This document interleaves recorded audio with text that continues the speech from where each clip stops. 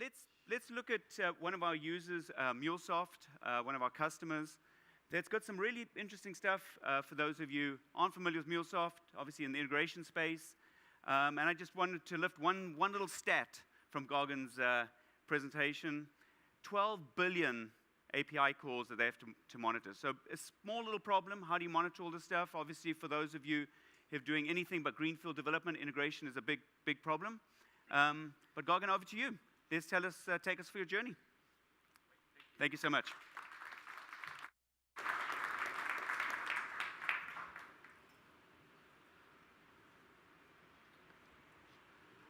Great. Can you guys hear me? Awesome. So I'm Gagan Kanwar. I'm with MuleSoft. We've been working with Influx for, I think it's coming up on 8 months now, and we built a product using Influx as our core data infrastructure. My role at MuleSoft is partnerships. So I did a lot of the commercials and initial sort of business planning with Influx and with people inside MuleSoft. So I think this is sort of like where I want to talk a little bit to you about not just the technology and the visibility that Influx can give you, but also how can you create business impact for your company by using that technology in some of the ways that we've used it. So let's get started. Maybe I can tell you a little bit about MuleSoft first. I'm sure not everyone is familiar with the company. Our solutions are really in 3 areas. We are a full-scale API management solution.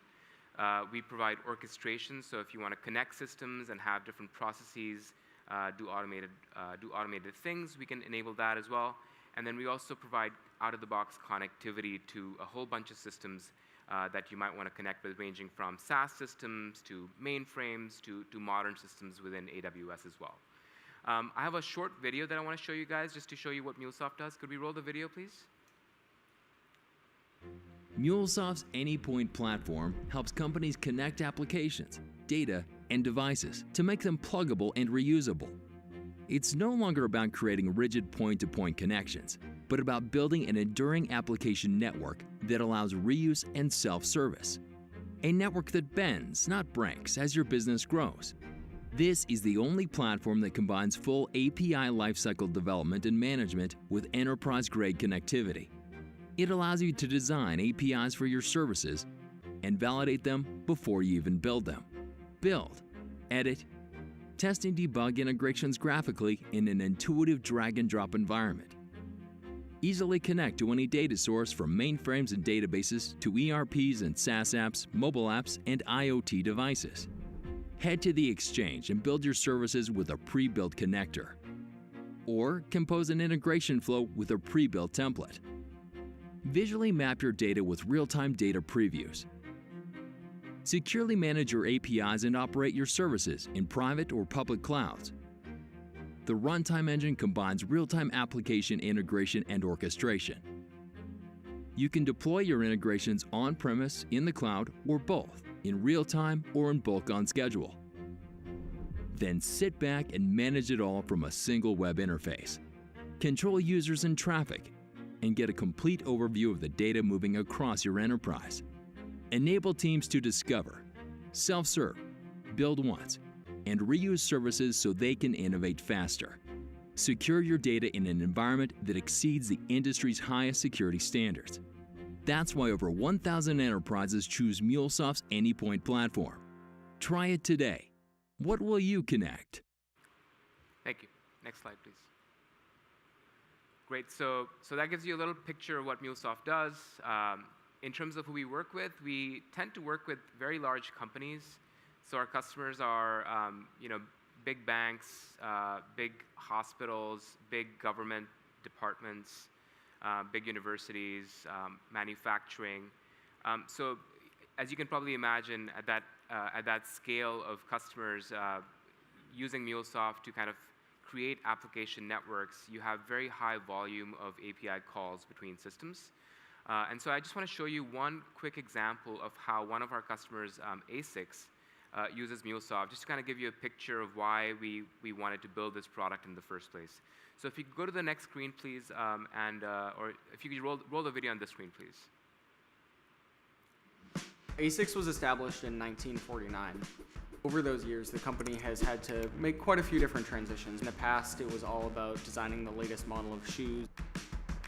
Although that continues to be very important for the company, IT has become more and more important. That's one of the reasons that we acquired a company like Runkeeper, so we can provide those digital services to the runner, track their runs, and provide more than just the shoe. We need to constantly be on their minds when they're going out for that run and lacing up their shoes.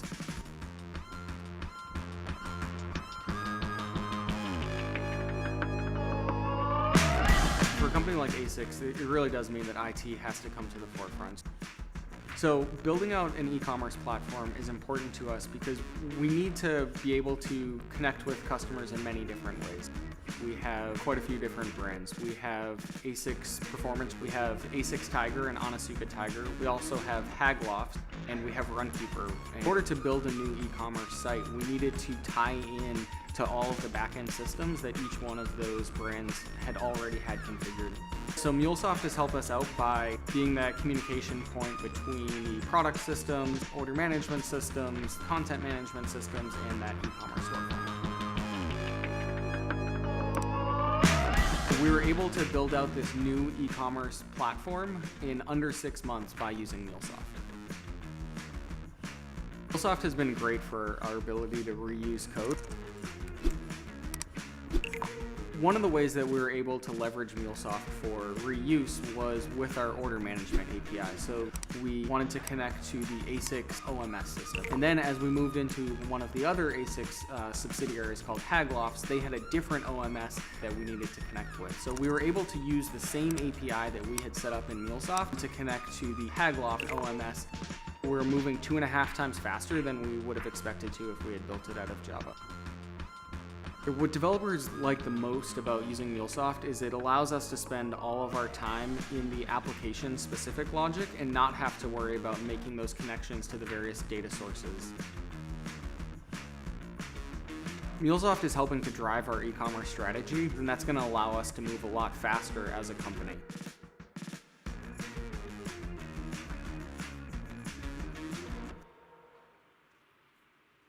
Great, thank you.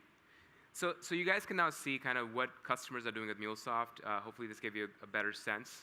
And what's kind of critical here is that if you think about the typical enterprise, they have lots and lots of systems, and there's a lot of complexity in terms of how do you connect those systems. And as companies, large companies, think about digital transformation, what that really means is they're thinking about how do they compete in this new world that we're living in where consumers can have access to anything within seconds and move a lot faster. So you need kind of connectivity to enable that and deliver that experience, and that's what we do. So this is just a very simple example of how, in this case, we have a flights API, and we have our own API modeling language. It's called RESTful API Modeling Language, or RAML. You guys might have heard of it.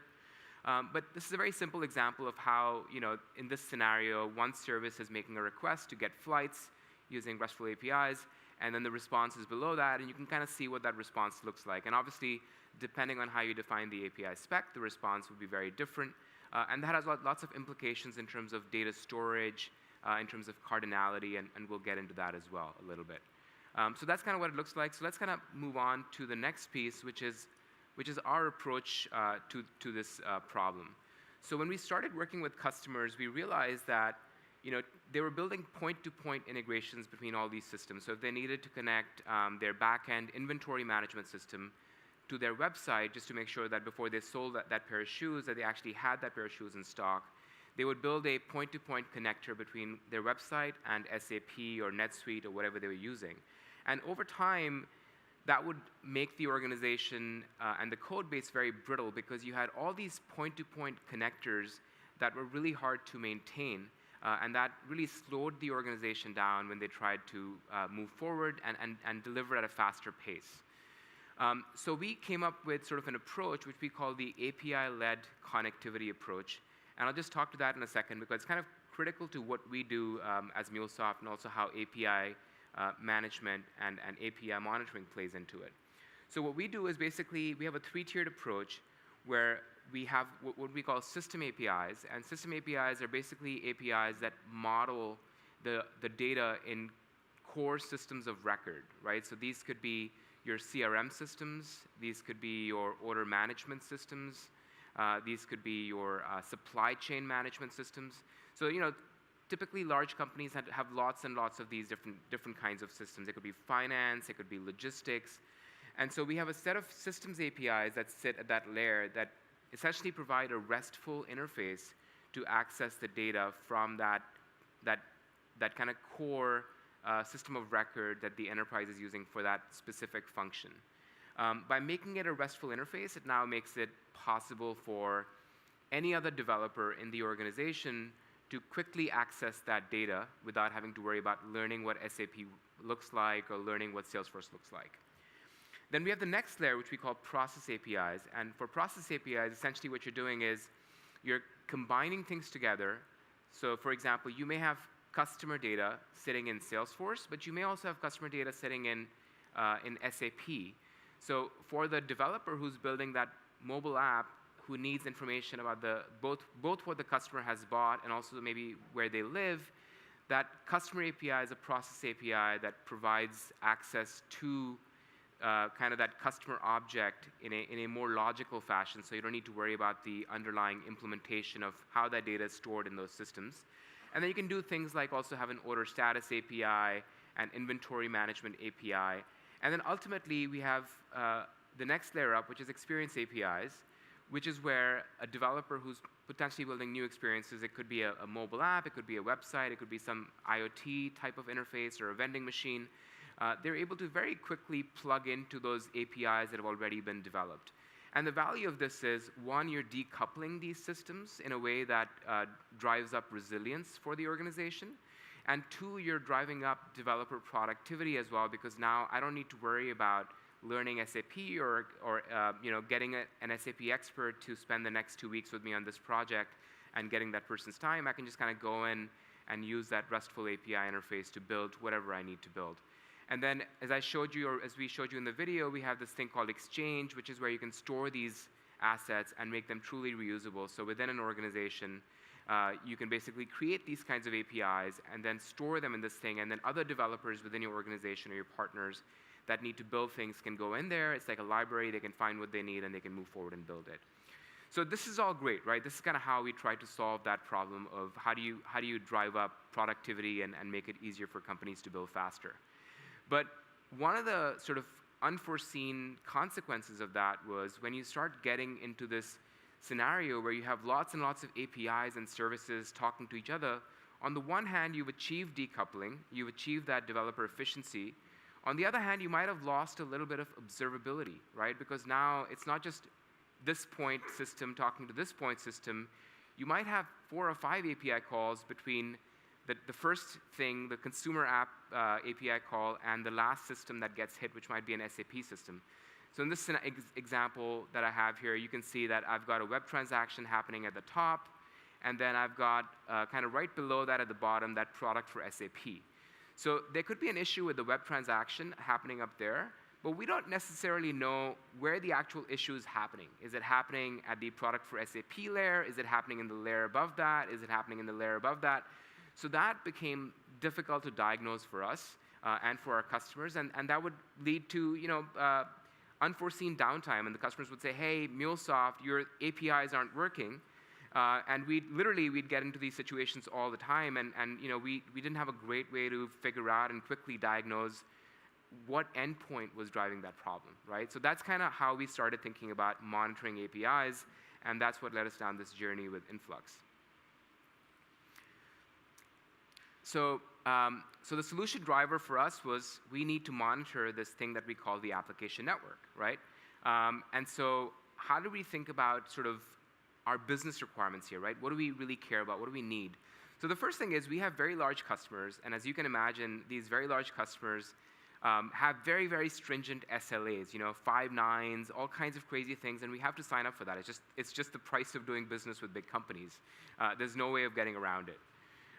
The second thing was that, again, because these are big companies, they have lots of data, they have high transaction volumes, So data volumes are massive, right? So you really need a system that can scale and adapt to that. It's not just like a, it's not just like a startup where you're growing and scaling, but you're still small and you don't need to worry about scale just yet. The third thing was that we had very high and very unpredictable cardinality, right? Because if you remember that API that I showed you in the beginning, that was just for the flights, right? But you could have a different API where each of those values that were coming back could have lots and lots of variability, which drives up cardinality very, very tremendously. And then that sort of really is kind of a design thing that we need to think about in the very beginning. And then we have a very complex, heterogeneous environment that we need to support across our customers. So just to give you some examples, our stuff runs in public cloud, in private cloud, shortly in GovCloud. We have customers that are using MuleSoft in a hybrid setup, meaning that they've got the control plane in the cloud, but they've got some runtime environments running on-prem and some that are running in cloud. So it's really kind of all over the place. And then last but not least, we have customers that have very high regulatory requirements, and they're running everything on-prem, right? So this is sort of how we started thinking about, what are we looking for when we need to solve this problem? And then I just want to talk to you about one, sort of what volumes look like, just to kind of bring it to life a little bit. So this is what a largish customer looks like. This is not our largest customer by any means. This is maybe like in the top 15, 20%, but it's sort of in the top 20 percentile, right? So in 2017, the total number of API calls that we recorded for this customer was 9 billion. Okay, 1 year. The average number of transactions per second, or API calls, were 275. The year-over-year transaction growth rate, API call growth rate, was 30%. And in 2018, this year, they're tracking to doing 12 billion transactions. So that's just one customer. So that just kind of gives you guys a sense of the scale we're dealing with, and why the scalability of the solution that we needed was extremely important. So let's talk a little bit about kind of now that you've seen what our requirements were, kind of what we were looking for in a data infrastructure provider to build this product. So the first was, does it natively manage time series data? Because at the end of the day, we're doing monitoring, which is a very highly temporal use case. It's all about knowing what happened at this point in time to this machine, or what happened at that point in time to this API, and what's the relationship between those things in terms of time, right? What happened first, what happened second, how do you figure out causality? The second thing was, can it deal with very high cardinality data sets? So we talked about this a little bit before. So just another example, right? So if your API call has a field for IP address, and that IP address is dynamically assigned because it's sitting in a virtual machine or it's sitting in a container, that thing is going to be changing all the time. It could be changing hourly. And so your data set, in terms of cardinality, it just explodes, right? So you really need to have a way to deal with that. Does it support our core use case, which is cloud, hybrid, and on-prem? So if the partner that we wanted to work with did not have the ability to support on-prem, it was useless to us, because our biggest customers are on-prem. Can we deploy it in both a multi-tenant and a single-tenant manner? Because some customers have requirements that say, hey, I don't want my data sitting in the same tenant as anybody else.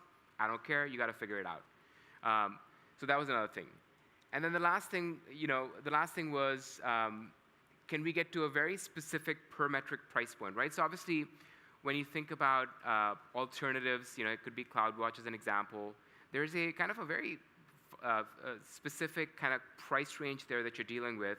But when you want to capture more metrics, when you want to capture 40 metrics instead of 2 metrics, those solutions can become prohibitively expensive. And we're a public company. We've since been acquired by Salesforce, but back then we were a public company when we started the conversation. And we had to really think about what is our cost basis here, because the cost of goods sold for a software company is very important. You need to manage that very carefully. So that was another sort of business issue that we had to deal with, both in terms of convincing our C-suite, but also convincing finance to work with us. And the last thing was, can we host a solution on our own AWS instance? So again, because a lot of our customers have very stringent requirements around data residency, around access controls, we didn't have the choice that we just want to host it with our partners, AWS. We needed to be able to host it in our own AWS environment. So this is the sort of the list of things that we really kind of were looking to optimize around. So let's talk a little bit about kind of what are decision parameters and processors. So just to kind of give you an idea, this hopefully will give you a sense for, it's one thing to sort of build a solution, but then if you're trying to buy the solution internally and bring it in-house to build something new on top of it, how do companies make that decision? And I can't speak for other companies, but I'll tell you kind of how we made that decision. So as you guys are thinking about leveraging Influx to potentially build new products within your company, this might help you kind of structure some of those conversations.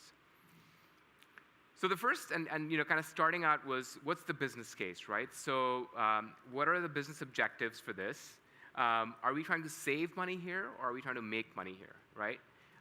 Who's our target market for this new product that we want to build? Is it all customers? Is it large customers? Is it small customers? And then what are the customer demand signals that we have that are telling us that this is the right thing to build right now, the right thing to prioritize right now? So starting with that was really great because it kind of became our North Star in terms of talking to executives, talking to engineers, talking to product managers, and making sure that everybody was on the same page. The second thing was the product, obviously, and the question there was, does the product do what we want? That's obviously a big thing. And then the second piece there is, we have an existing infrastructure. We have an existing product that we sell to our customers. And will this product fit within that broader infrastructure that we already have? If it didn't fit, obviously that's going to present problems. The third thing was the product roadmap of the vendor, the partner, in this case, Influx. Are they a thought leader? Are they kind of going in the same direction that we're going in? So one of the examples there was GovCloud. We needed to make sure that we could support these very large government agencies who have even more stringent requirements. There's this thing called GovCloud, where if they can only host their applications and databases in a GovCloud certified data center, and we needed to make sure that we could do that with whoever we chose to work with as well. Again, this is very kind of inside baseball, but big enterprises, big customers, that's the kind of stuff you have to deal with. And then we did a proof of concept to validate scalability. That scalability was a key concern for us, right? Is it going to be able to support a scenario where one customer might have 12 billion calls a year that we're monitoring and 300 transactions per second? Does it support our latency needs? And then also use that sort of proof of concept to build internal stakeholder alignment. So we had people in engineering. Our engineering team is all in Buenos Aires for the most part. And so we'd be on conference calls with them, working with them, building out this proof of concept. And we worked a lot with Gunnar and other folks at Influx to kind of build that out and make sure that it was working. And then competitive evaluation, right? So obviously, you're doing this, you're taking it very seriously, so who are the competitors? Who else could do this? So in our case, it was, we looked at SignalFX, we looked at Datadog, and then the incumbent was CloudWatch. Unit economics and deal structure. So what that really means is when you think about sort of a product like this that we're embedding into our product, we need to understand what are the unit economics of that product. What does it cost to procure that product? What does it cost to operate that product? And then finally, what can we potentially sell that product for? So the unit economics, which is each individual thing you're selling, and the overall deal structure, which is what does that deal look like overall in terms of how we might structure things to make it advantageous for both us and to kind of make sure that Influx is also getting what they want. So that required a lot of kind of creative thinking. These deals are all very complex. You typically don't have a standard licensing model you go off of because of the complexity. So it required a lot of us to kind of work together and figure that out. The team, so obviously kind of getting to know Influx, getting to know the Influx team, like, do they have strong technical chops? Obviously, as a software company, we care about that a lot. What's the ongoing product support going to look like? And then finally, do we have executive alignment between our leadership and Influx's leadership? Because at the end of the day, this is kind of a strategic deal, and we need to make sure that the right people are behind this deal from day one. Customer references. So talking to other customers they had, will Influx deliver? Is the service getting better? What does product downtime look like? So there's a bunch of stuff around that we really dug into to make sure that we were satisfied that this is going to be something that's a long-term thing, that we can really work with these guys and build a solution that ultimately will be useful for our customers as well. legal. So this is never fun, but in this case, it was a little bit extra complicated because we weren't just licensing the technology, we were actually OEMing it, meaning we were embedding it within our solution.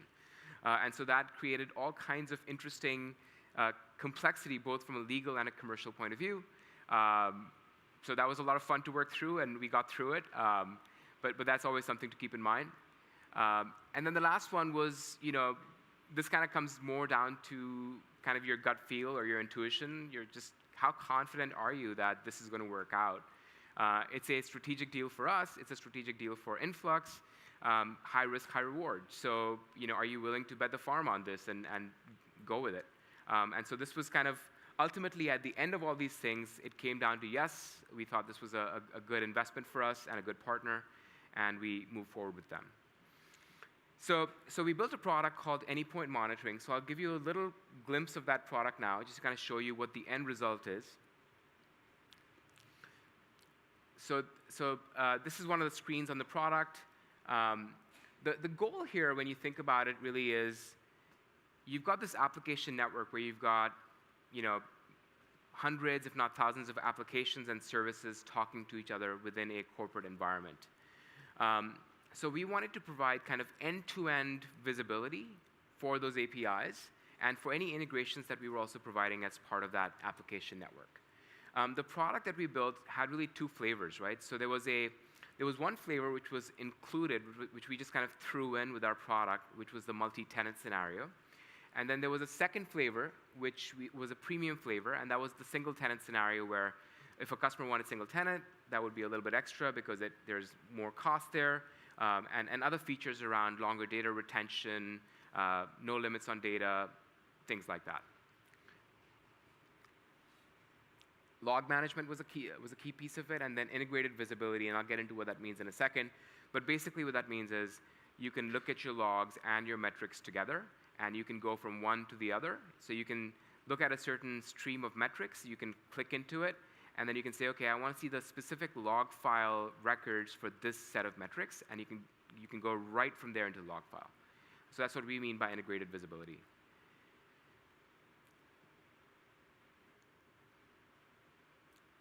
And then the last piece is advanced alerting. So obviously, as you can imagine, in a monitoring context, it's one thing to see things, but you also want alerts. You want to know when certain thresholds have been exceeded or when certain things aren't responding. So being able to set that up as part of the product was also very important. So here's just some kind of, you can kind of see some scenarios of how customers are using it. These are sort of more kind of use cases, if you will. So this first one is really around enterprise alerting.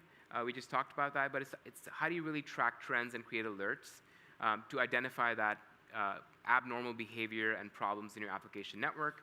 So you can see in the screen, we've got a bunch of alerts that we've set up, and you can see the source, the severity, and the status. So for a sysadmin or someone who's monitoring this application network, it now makes it a lot easier for them to go in and to do useful things with that data and quickly kind of diagnose what's going on.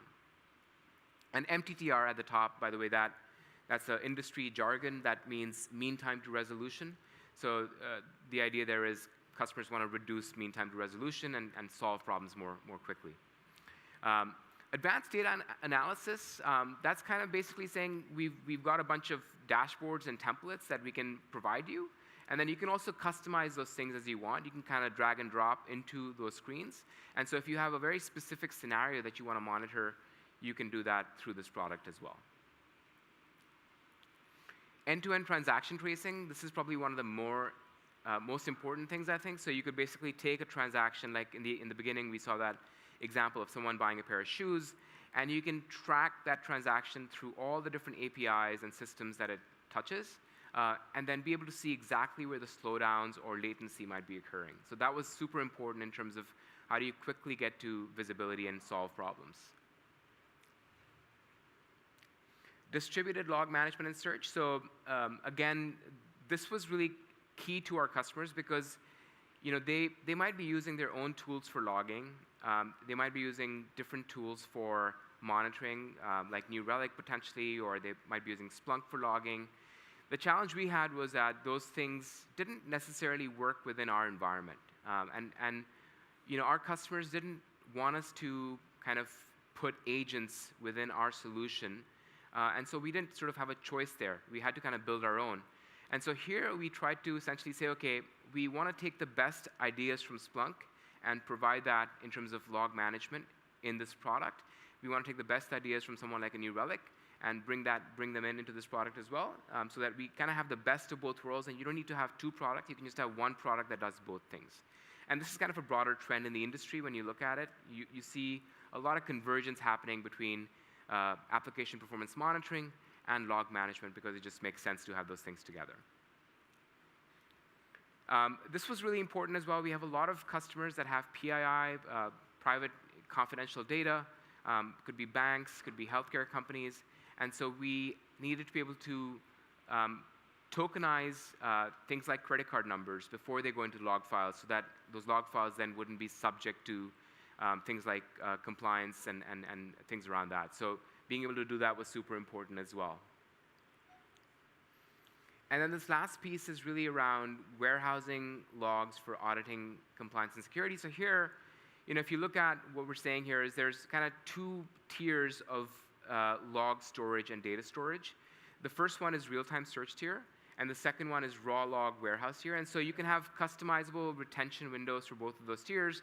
If you want to have a shorter window for the first one, because you want that to be really fast and performant, you can do that. If you want a longer window for the second one, because you're not going to be using it very often, you can do that as well. So this architecture kind of helped us ensure that we could address both of those use cases where customers want to keep the data for a long time, but they also want to make sure that they can access what they need. That's something that's happened in a recent time frame much faster.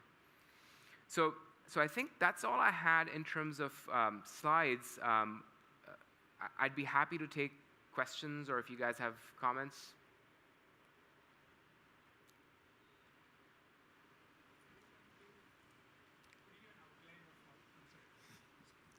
Sorry. Yeah, how exactly were you using Influx for the solution? So I'm sorry, could you say that again? How exactly were you using Influx for this? So we built this on Influx. So we're using Influx Enterprise, and we're using, basically we've got Influx sitting in our AWS instance. And so we've got a multi-tenant version of Influx that we use for the multi-tenant kind of free version of our product. And then we have single-tenant versions of Influx that we also use for the customers that need additional capabilities. So that's how it's running today. We're not using the other products. We're using primarily Influx Enterprise right now.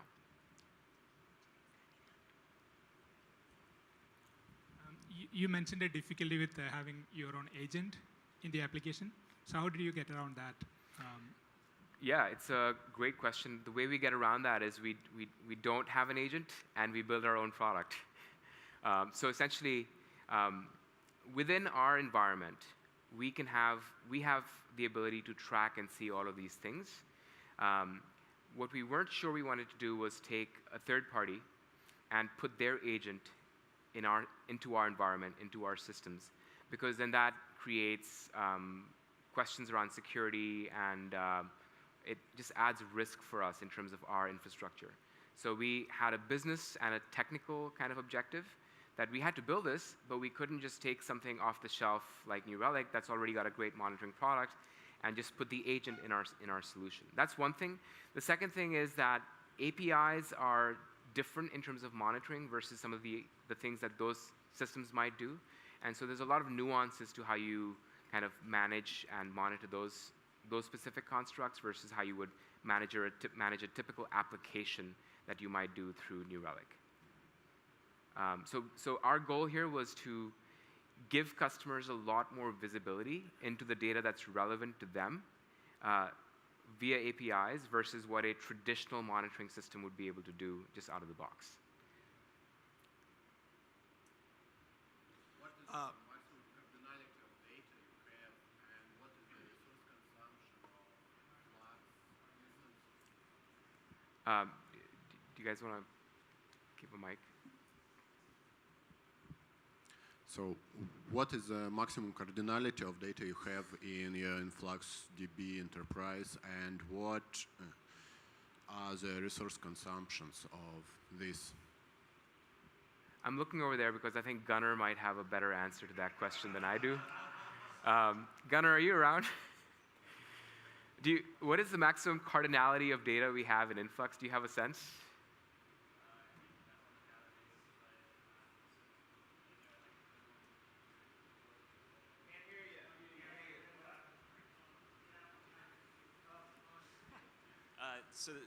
So the new, if you haven't played around with it, we have a new sort of index called Time Series Index, or TSI for short, and it's really matured in the last year, and it's been able to support many higher orders of magnitude in terms of cardinality. And so we have, so we have a couple of clusters that are north of the tens of millions of series. And I think the last I heard on sort of like upper limit at the moment in terms of like a functioning cluster was around 200 million series. So. That answer your question? And answers. That I don't know. If you come find me, I'll try and get the answer for you. I think I'm getting the hook. Yep, but you're getting the hook, Gagan, but thank you so much. Thank you very much. But when you're having your next coffee with, well, yeah, definitely clap. But when you're having your next set of coffee with Mr. Benioff, and since well, I'm just thinking of a new tagline for Salesforce. Salesforce powered by Influx. Yeah, Yeah? I like it. Yeah? Okay. Yeah, Thanks so much. I'll get right on that. Thank you, All right. man. Appreciate it.